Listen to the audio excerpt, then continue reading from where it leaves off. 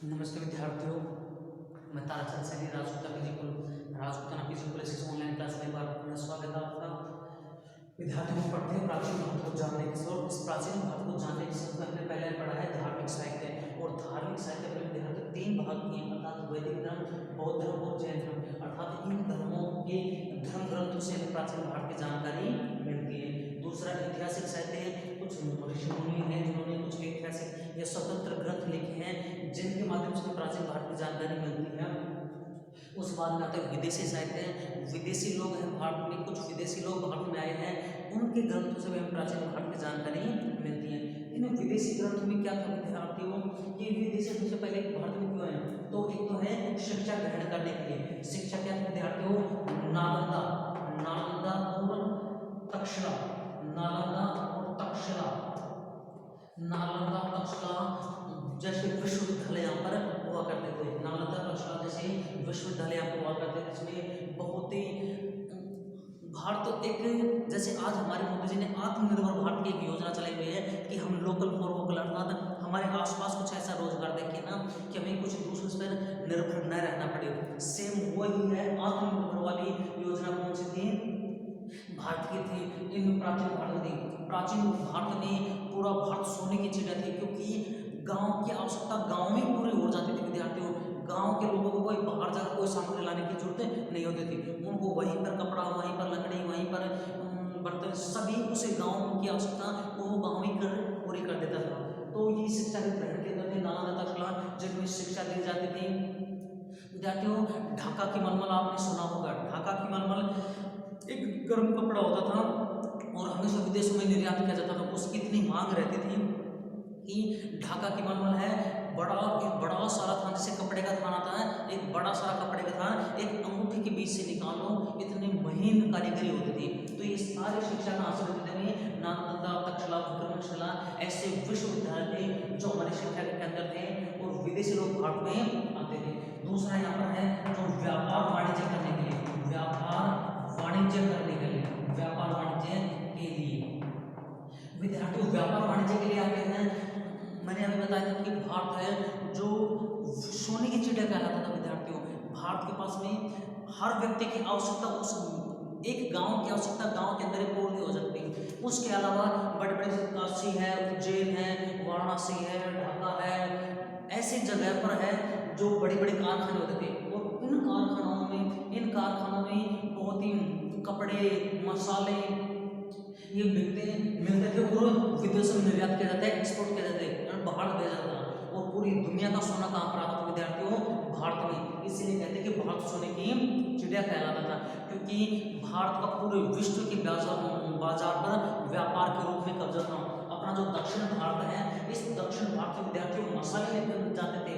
अरब लोग, ये यूरोपियन लोग हैं जो मसालों का व्यापार करते हैं। उत्तर भारत में है जो ढाका की मलमल, मीनाकारी की वस्तुएं हैं, ये सारी चीजें हैं जो उत्तर भारत से बनती थी। बड़े बड़े कारखाने जैसे उज्जैन, कन्नौज, इन जगहों पर वाराणसी, काशी, ऐसे बड़े बड़े कारखाने होते थे जहाँ से ये बन के और विदेशों में निर्यात होती थी।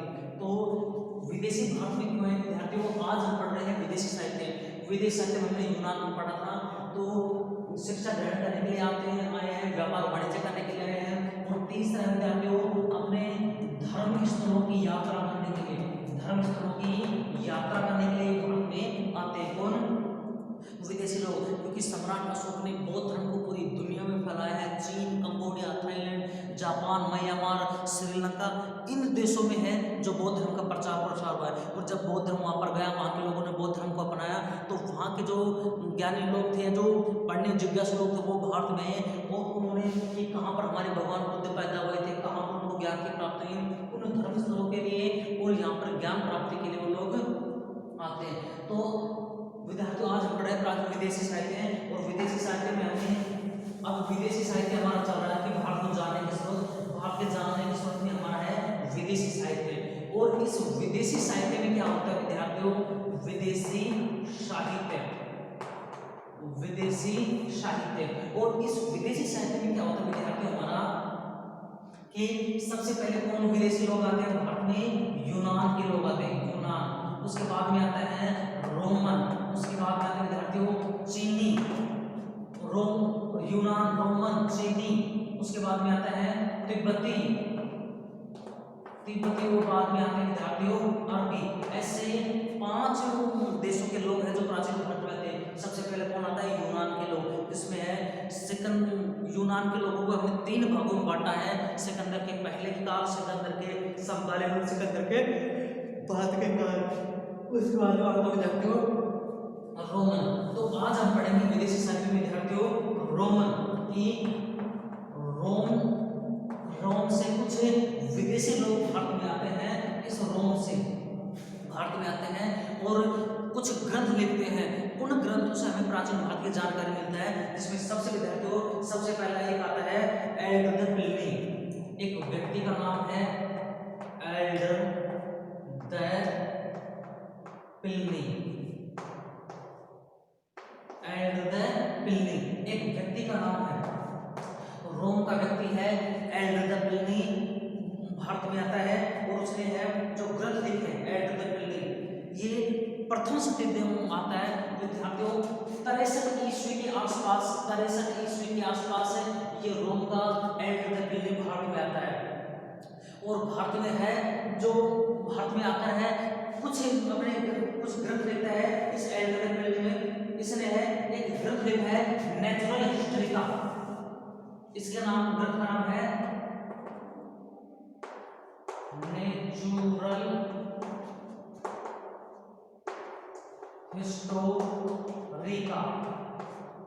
नेचुरल हिस्टोरिका या प्राकृतिक इतिहास। एक रोम का व्यक्ति है विद्यार्थियों, रोम देश है, उस रोम देश का व्यक्ति का नाम है एल्डर प्लिनी। कौन है? Elder Pliny. और उसने कौन सा ग्रंथ लिखा विद्यार्थियों? नेचुरल हिस्टोरिका अर्थात प्राकृतिक इतिहास उसने ग्रंथ लिखा है। इस ग्रंथ में उसने सभी के बारे में बताया गया है, जैसे कि उसने प्राकृतिक इतिहास नामक ग्रंथ लिखा, इसमें है भूगोल, जीव विज्ञान, प्राणी विज्ञान, इन सभी चीजों का समावेश किया है। किसने? एल्डर प्लिनी ने। रोम का एक व्यक्ति है, विदेशी व्यक्ति है एल्डर प्लिनी। उसके ग्रंथ का नाम है नेचुरल हिस्टोरिका अर्थात प्राकृतिक इतिहास।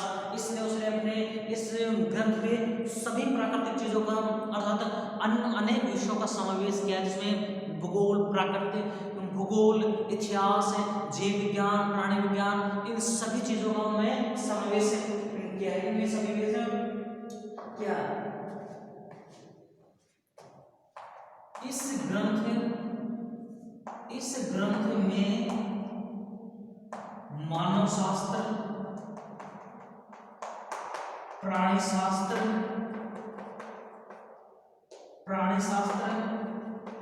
भूगोल, प्राणी शास्त्र, इस ग्रंथ में मानव शास्त्र, प्राणी शास्त्र, भूगोल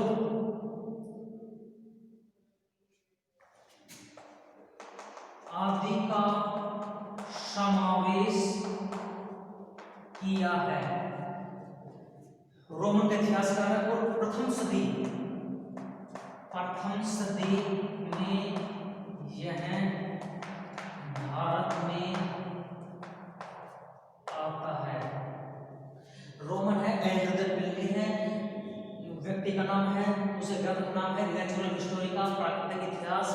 इसमें इस ग्रंथ में उसने मानव शास्त्र, प्राणी शास्त्र, भूगोल आदि का समावेश किया अर्थात एक विशद ग्रंथ का एक विशाल ग्रंथ है, उन विशाल ग्रंथों का एक समूह बनाया है और ये प्रथम सदी में भारत में आता है। इसके ग्रंथ नेचुरल हिस्टोरिका से हमें प्राचीन भारत की जानकारी मिलती है। उसके बाद में आता है विद्यार्थियों एक दूसरा व्यक्ति और है जिसका नाम है जस्टिन। एक दूसरे का नाम है जस्टिन।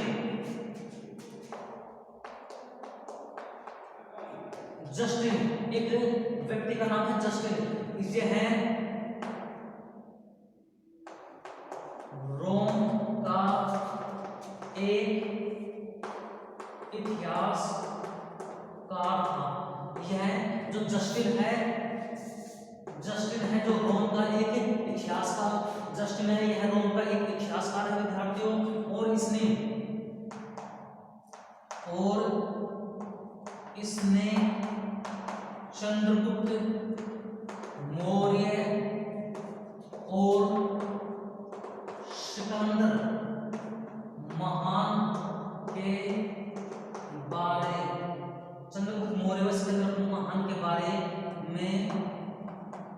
लिखा है।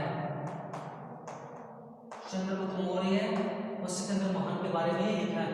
जस्टिन है रोम का एक इतिहासकार था, इसने चंद्रगुप्त मौर्य और सिकंदर के बारे में लिखा है। इस समय इसकी जानकारी मिलती है। एक और व्यक्ति का नाम है विद्यार्थियों, एक और व्यक्ति आता है टॉलमी। एक टॉलमी, इस टॉलमी है जब एक रोम का दार्शनिक है, रोम का दार्शनिक है। टॉलमी है रोम का एक कौन है, क्या है, दार्शनिक है। कौन, टॉलमी। और इसने भी भारतीयों के बारे में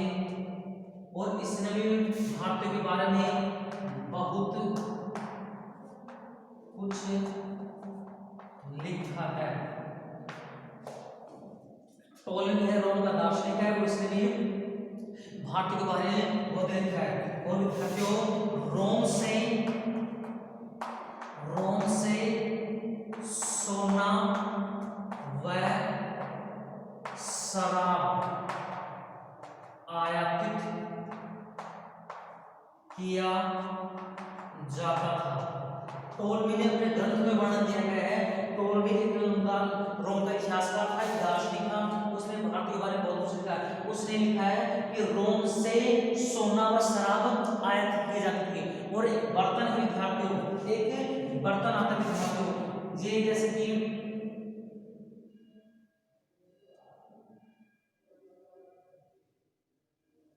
ये एक बर्तन है विद्यार्थियों, ये एक बर्तन है,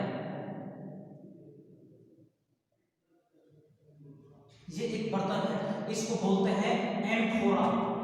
एम्फोरा, एम्फोरा। इस एम्फोरा विद्यार्थियों वहां पर से शराब आती थी। शराब अर्थात टॉलमी ने अपने इसमें वर्णन दिया गया है कि इतिहास है। इस टॉलमी ने अपने इसमें वर्णन दिया गया है कि रोम का दार्शनिक था, इसने भारतीयों के बारे में कुछ लिखा है। उसमें लिखा कि एम्फोरा नामक बर्तन होता था और इस एम्फोरा बर्तन में है जो शराब आयात की, इटली से शराब और सोना आयातित किया जाता था। और विद्यार्थियों बिंदुसार के काल में एक व्यक्ति आता है, रोम से एक दार्शनिक आता है। उस बिंदुसार ने अपने राज्य में कुछ मंगवाता है, वो बिंदुसार अपने राज्य में कुछ मंगवाता है तो कहता है कि मुझे सूखी अंजीर, मेवे और सूखी अंजीर, शराब और एक दार्शनिक चाहिए। तो रोम के शासक ने शराब और अंजीर तो भेज दी, लेकिन ये कहा कि दार्शनिक हमारे यहाँ पर बिकाऊ नहीं होता है। तो ये 3-4 कुछ विद्वान थे जो प्राचीन भारत में आते हैं रोम से, और इससे प्राचीन भारत में जानकारी मिलती है। इस रोम के बाद में अभी आते हैं विद्यार्थियों चीनी। बहुत सारे चीनी इतिहासकार हैं, ये चीनी लोग जो भारत में आते हैं और इसमें प्राचीन भारत की जानकारी प्रदान करते हैं। चीनी विद्यार्थियों हमारे भारत में क्यों आए हैं, इनका सबसे बड़ा कारण है कि चीन में सबसे ज्यादा बौद्ध धर्म का प्रचार हुआ है। बौद्ध धर्म का प्रचार हुआ है।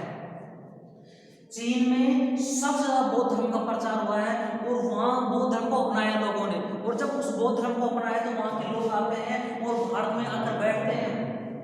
भारत में वो आते हैं और भारत में कहाँ पर महात्मा बुद्ध ने ज्ञान प्राप्ति की, कहाँ पर महात्मा बुद्ध को महापरिनिर्वाण हुआ, कहाँ पर महात्मा बुद्ध को ज्ञान की प्राप्ति हुई, ये सभी चीजों का पता लगाने के लिए बहुत से चीनी विद्वान हैं जो भारत में आते हैं और इन चीजों का पता लगाते हैं। तो उस चीनी को हम पढ़ते हैं, इन चीनों को हम पढ़ते हैं। इन चीनों में सबसे पहले आता है विद्यार्थी सुमा चीन। इस चीन में है, सबसे पहले है सुमा चीन। सुमा चीन, इसको चीनी इतिहास का पिता कहा जाता है। चीनी इतिहास का पिता कहा जाता है। विद्यार्थियों सुमा चीन एक दार्शनिक है, एक चीनी का व्यक्ति है, इसको चीनी इतिहास का पिता कहा जाता है। और इसके ग्रंथ का नाम विद्यार्थियों विश्वकोश। विश्वकोश, इसके ग्रंथ का नाम है, किसके नाम?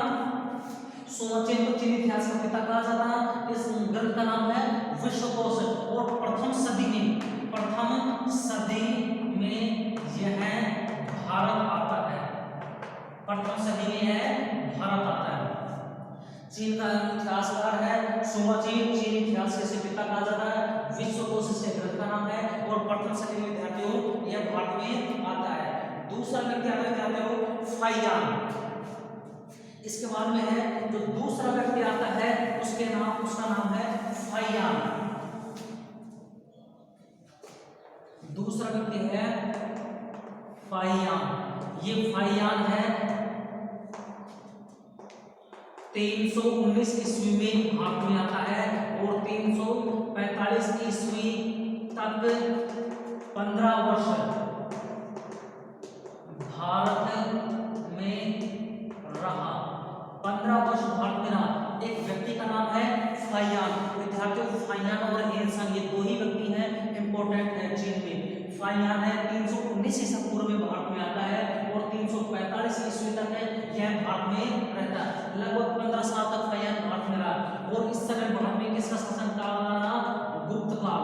गुप्त काल में फाहियान भारत आया।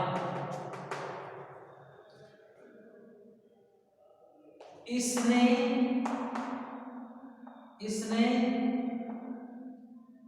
विभिन्न स्थानों पर भ्रमण किया। इसने विभिन्न स्थानों पर भ्रमण किया। इसने फाहियान ने। जब व्यक्ति 15 साल भारत में रहेगा तो विभिन्न स्थानों पर भ्रमण करेगा। क्यों आया था? बौद्ध धर्म को जानने के लिए, बौद्ध धर्म के साहित्य को पढ़ने के लिए या बौद्ध धर्म की स्थलों की यात्रा करने के लिए यह है। गुप्त काल में आया फाहियान। इसने विभिन्न स्थानों का भ्रमण किया, लेकिन राजनीतिक दृष्टि से इतना बिल्कुल अदूरदर्शी था कि इसने राजा तक का नाम उल्लेख नहीं किया। 15 वर्ष भारत में रहता है और यहाँ पर कुछ ग्रंथ भी लिखता है, लेकिन इसने राजनीति के प्रति इतना उदासीन रहा कि इसने राजा तक का नाम नहीं लिखा कि इस समय भारतवर्ष का राजा कौन, अर्थात राजनीतिक रूप से पूरी तरह से उदासीन रहता है। भ्रमण किया वह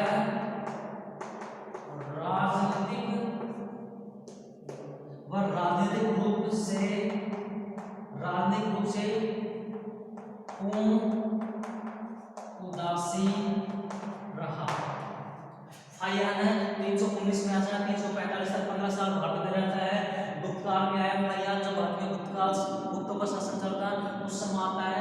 इसने विभिन्न स्थानों पर भ्रमण किया है और राजनीतिक रूप से पूर्ण उदासीन है। राजा के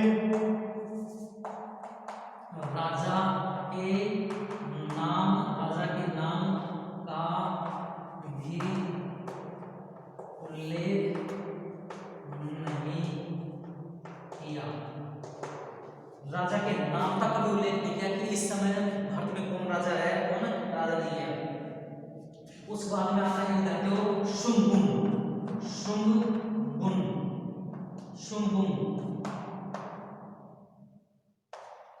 शुंगुन है जो भारत में आता है 6वीं सदी में भारत आया। 6वीं सदी में भारत आया। 3 वर्ष भारत रहा। 3 साल ये भारत में रहा।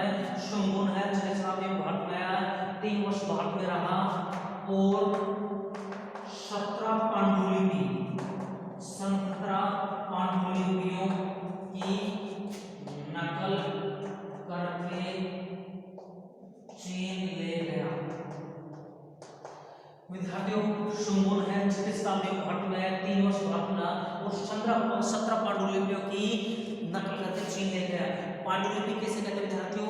हमारे यहाँ पर लिपि थी, अर्थात पहले ताम्र पत्रों पे लिखते थे, जैसे आज हम कागज पे लिखते हैं और कागज की जेरोक्स करवा लेते हैं, फोटोकॉपी करवा लेते हैं। लेकिन पहले विद्यार्थियों जैसे कि ताम्र पत्रों पे लिखा जाता था, ताड़ के पत्रों पर लिखा जाता था, काष्ठों पर, लकड़ी पर लिखा जाता था, तो उनको बोलते हैं पांडुलिपियां। और इन पांडुलिपियों को है उनकी नकल करके उनको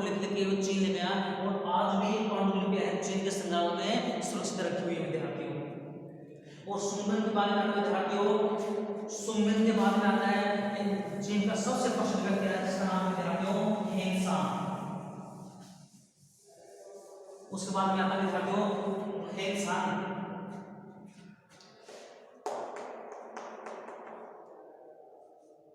हेनसांग हेनसांग है 629 ईस्वी में भारत आया।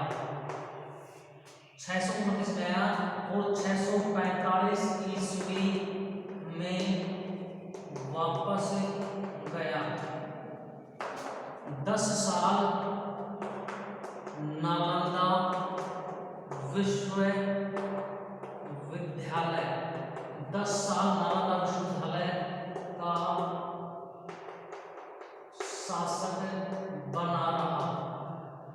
हेनसांग है 629 ईस्वी में भारत में आता है, 645 में वापस गया। 10 साल में नालंदा विश्वविद्यालय का 10 साल विश्वविद्यालय का विद्यार्थी बना रहा। मैंने शासक नहीं किया, विद्यार्थी बना रहा। 10 साल नालंदा विश्वविद्यालय का इस समय विद्यार्थियों भारत में हर्षवर्धन का राज था। हर्षवर्धन का राज था विद्यार्थियों। हर्षवर्धन के काल में कौन हेनसांग भारत में आता है। और हेनसांग के समय विद्यार्थियों कन्नौज का राजा कौन था हेनसांग। और कन्नौज में एक धर्म सम्मेलन करता है। कौन धर्म सम्मेलन। और इस धर्म सम्मेलन में सर्वश्रेष्ठ व्यक्ति किसे कहा गया है हेनसांग। अर्थात इस धर्म सम्मेलन की अध्यक्षता हेनसांग करता है। भारत में है जो हर्षवर्धन के काल में आया है। कन्नौज का शासक हर्षवर्धन और कन्नौज में एक धर्म सम्मेलन होता है।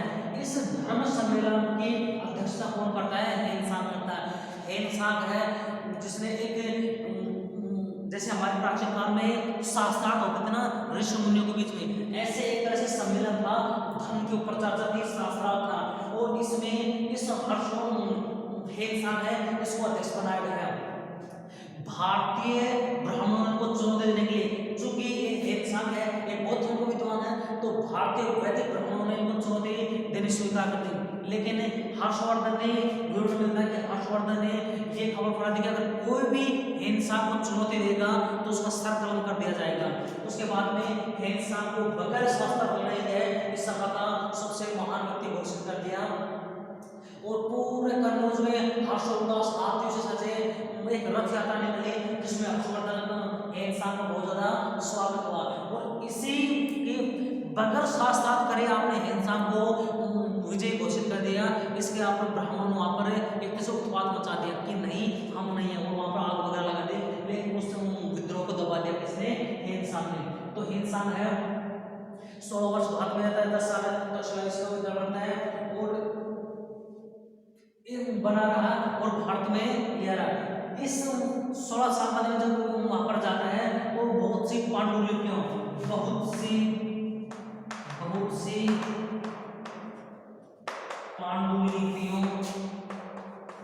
की नकल करके ले गया।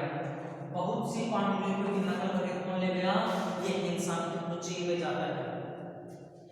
ये था हेनसांग इंपोर्टेंट था। उसके बाद में आता है यहाँ पे एक और व्यक्ति आता है जिसका नाम आता है हुल्ली। एक व्यक्ति का नाम है हुल्ली। ये हेनसांग का मित्र था विद्यार्थियों। ये हुल्ली था हेनसांग का मित्र था।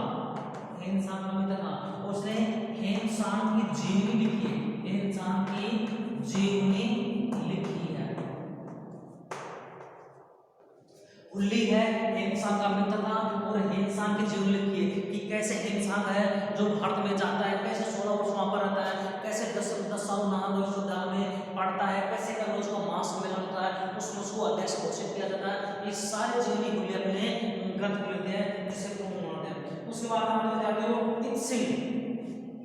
उसके बाद आता है इत्सिन, ये विद्यार्थियों 672 में आता है और 697 ईस्वी में 672 से 697 ईस्वी में रहा। ये भी है जो 400 पांडुलिपियों की नकल करके ले गया, पांडुलिपियों की नकल करके ले गया। इत्सिन है 672 से 697 ईस्वी में भारत में रहा, 400 पांडुलिपियों की नकल करके ले गया। अब विद्यार्थियों 400 पांडुलिपि बहुत ज्यादा होती हैं, काष्ठ की बनी हुई थी, लकड़ी की बनी हुई थी, भोजपत्रों की बनी हुई थी। तो जब समुद्र में यात्रा करते हैं तो देखें कि समुद्र में डूबने वाले हैं, तो अपने ग्रंथों को बचाने के लिए यहाँ पर बहुत से जो समुद्र में कूद जाते हैं और ग्रंथ में जिंदा रहते हैं। तो ये था इस तरह से विद्यार्थियों हमें चीन के कुछ विद्वान आते हैं जिनसे हमें प्राचीन भारत की जानकारी मिलती है। उसके बाद में आता है विद्यार्थियों तिब्बती, इसके बाद में आता है तिब्बती। इस तिब्बती में है एक व्यक्ति भारत में आया है और उसका नाम है तारानाथ लांबा। तारानाथ लांबा विद्यार्थियों, लांबा तारानाथ लांबा है, जिसके दो ग्रंथ हैं, एक का नाम है कंग्यूर और एक का नाम है तंग्यूर। तारानाथ लांबा है, बौद्ध धर्म का विद्वान है, भारत में आता है और उसने दो ग्रंथ लिखे हैं, कंग्यूर और तंग्यूर, जिससे हमें प्राचीन भारत की जानकारी मिलती है। विद्यार्थियों अपन सब लगभग कोटपुतली के हैं या कोटपुतली से नहीं तो लगभग राजस्थान किसी भी स्थान में होंगे। तो आज का शब्द में विद्यार्थियों तिब्बती मार्केट लगता है, आपको वो तिब्बती मार्केट लगता है। कहाँ पर? लगभग हर बड़े शब्द, जैसे कोटपुतली एक तहसील है, यहाँ पर भी तिब्बत मार्केट लगता है, जयपुर में लगता है, अलवर में लगता है, ऐसे तिब्बत मार्केट लगते हैं। और इन तिब्बत मार्केट में ये आजकल उनके तिब्बत का धर्मगुरु है कौन सा? दलाई लामा। दलाई लामा या महान लामा, दलाई लामा। ये लामा क्या होते हैं विद्यार्थियों? तिब्बत के धर्मगुरु हैं, अर्थात तिब्बत का पूरा एक बौद्ध धर्म को मानने वाला है, बौद्ध धर्म को। और इनके सबसे प्रमुख को अर्थात बौद्ध धर्म के सबसे बड़े व्यक्ति को लामा बोलते हैं, को भगवान बोलते हैं, महान लामा बोलते हैं। तो दलाई लामा है जो 14वें धर्मगुरु है, किसके? तिब्बत के। और वर्तमान में भारत में हिमाचल प्रदेश के धर्मशाला जिले में निर्वासित जीवन जी रहे हैं। जब चीन ने तिब्बत पर अधिकार किया, जैसे विद्यार्थियों भारत पर अंग्रेजों ने अधिकार किया, ऐसे चीन पर, तिब्बत पर चीन ने अधिकार कर रखा है। और लगभग 1 लाख बौद्ध भिक्षुओं के साथ में दलाई लामा आज भारत के हिमाचल प्रदेश के धर्मशाला में एक स्थान रोके हुए हैं, अपने यहाँ पर शरण लिए हुए हैं और पूरी दुनिया में घूम घूम कर तिब्बत की आजादी का ऐलान करता है कि तिब्बत को आजाद कराओ चाइना से। तो ये दलाई लामा है। और पिछले दिनों में हुआ है कि अब 15वें दलाई लामा, एक नए दलाई लामा की, क्योंकि इनकी एक ओवर एज हो चुकी है, उस मत के नए दलाई लामा की खोज की जाए, उनका चुनाव किया जाए। तो ये जो लामा होते हैं विद्यार्थियों, लामा तिब्बत के धर्मगुरु होते हैं। तो तारानाथ लांबा का जिसने 2 ग्रंथ लिखे हैं, कंग्यूर और तंग्यूर, ये भारत में आते हैं और इन ग्रंथों से हमें प्राचीन भारत की जानकारी मिलती है। तिब्बत से एक ही आया था विद्यार्थियों से, और सिर्फ तारानाथ लांबा। इसके बाद में आते हैं अरबी। अरबी है, ये अरबी लोग हैं जो भारत में आते हैं, अरबी भारत में आते हैं। ये विद्यार्थियों 8वीं सदी के बाद भारत में आने लगे, 8वीं सदी के बाद भारत में आने लगे। विद्यार्थियों पहला ये कौन आया था? मोहम्मद बिन कासिम। 712 ईस्वी में मोहम्मद बिन कासिम पहला मुसलमान आक्रमणकारी था जो भारत पर आक्रमण करता है। उसके बाद भी है, लगभग 8वीं सदी के बाद भी है जो मुसलमान, ये जो अरबी लोग हैं भारत में आते हैं। और ये अरबी लोग हैं आक्रमणकारियों के साथ में आए हैं जो कुछ है उस समय भारत की जानकारी प्रदान करते हैं। तो इसमें एक व्यक्ति का नाम है जिसका नाम है सुलेमान। एक व्यक्ति है जिसका नाम है सुलेमान, जिसके ग्रंथ का नाम है सिलसिला उत तवारीख, सिलसिला उत तवारीख। एक सुलेमान है, अरबी इतिहास, अरबी विद्वान है, ग्रंथ का नाम है सिलसिला उत तवारीख। इसमें है जो प्रतिहारों की सुरक्षा का प्रतिहारों की सुरक्षा का वर्णन करता है। सुलेमान सिलसिला और तवारीख, सुलेमान है, उसके ग्रंथ का नाम है सिलसिला और तवारीख है, प्रतिहारों की सुरक्षा का वर्णन करता है कि कैसे गुजर प्रतिहार हुए थे और उन गुजर प्रतिहारों ने अपनी पश्चिमी सीमा का सुरक्षा कर रखी थी। तो सुलेमान ने सुरक्षा का वर्णन करता है अपने ग्रंथ सिलसिला तवारीख में। उसके बाद आता है अल-बिलादुरी, दूसरे व्यक्ति का नाम है अल-बिलादुरी, अल-बिलादुरी।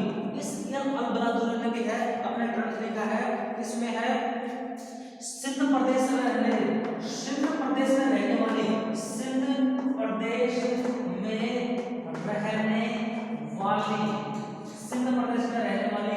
जुर्ज जाति का उल्लेख किया है, जुर्ज जाति का उल्लेख किया है।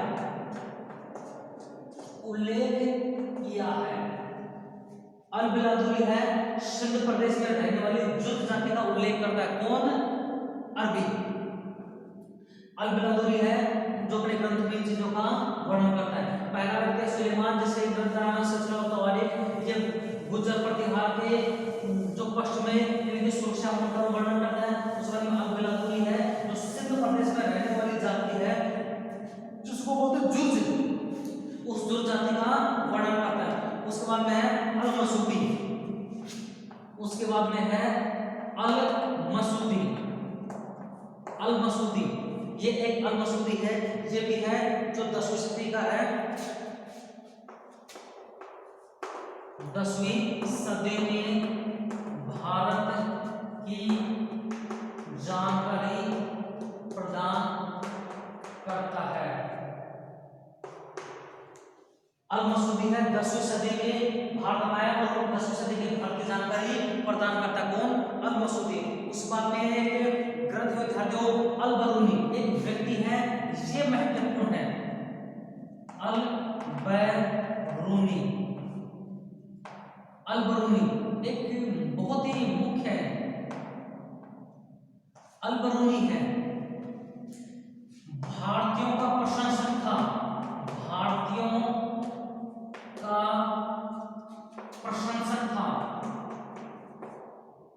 ज्ञान से परोक्ष था, ज्ञान से परोक्ष था, परोक्ष का मतलब विद्वान था, ज्ञान से परोक्ष था, भारतीयों का प्रशंसक था और ज्ञान से परोक्ष था, अर्थात बहुत ही बुद्धिमान व्यक्ति थे विद्यार्थियों। इसने है गणित, ज्योतिष, व्याकरण, भाषाएं आदि सीखी। अल-बरूनी है एक विद्वान था, भारतीयों का प्रशंसक था। क्या भारतीय इतने बड़े विद्वान हैं कि यहाँ पर गणित, ज्योतिष, व्याकरण, इन सभी चीजों को इन्होंने भारतीय भाषा सीखी, यहाँ के ज्ञान को सीखा और ज्ञान से प्रोत्साहित बुद्धिमान व्यक्ति था। इसके ग्रंथ का नाम है, और इसके ग्रंथ का नाम है तहरीक-ए-हिंद। उसका नाम है भारत की खोज, भारत की खोज। इसके ग्रंथ का नाम विद्यार्थियों तहरीक-ए-हिंद या भारत की खोज है। अल-बरूनी है, सबसे इंपॉर्टेंट है और एक बहुत ही बुद्धिमान व्यक्ति है। इसमें एक अंतिम होता है मिन्हाजुस-सिराज, मिन्हाजुस-सिराज एक अंतिम व्यक्ति आता है,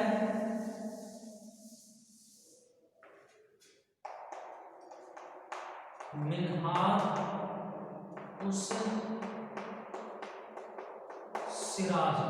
मिन्हाजुस-सिराज। इस मिन्हाजुस-सिराज ने एक ग्रंथ लिखा है तबकाते नासिरी, तबकाते नासिरी। इस तबकाते नासिरी में है नासिरुद्दीन मोहम्मद के जीवन काल की जानकारी मिलती है। नासिरुद्दीन मोहम्मद के काल की जानकारी मिलती है। एक मिनहाजुस सिराज, इसके ग्रंथ का नाम है तबकात नासरी, और मोहम्मद बिन नासरुद्दीन मोहम्मद के काल की जानकारी हमें इसमें मिलती है। लगभग जो बलबन का काल था, इल्तुतमिश का काल था, बलबन के काल से पहले वाला नासरुद्दीन काल, इसके जीवन काल की संपूर्ण घटना में मिनहाजुस सिराज ग्रंथ से मिलती है। ये था विदेशी साहित्य विद्यार्थियों जो आज पूरा हुआ।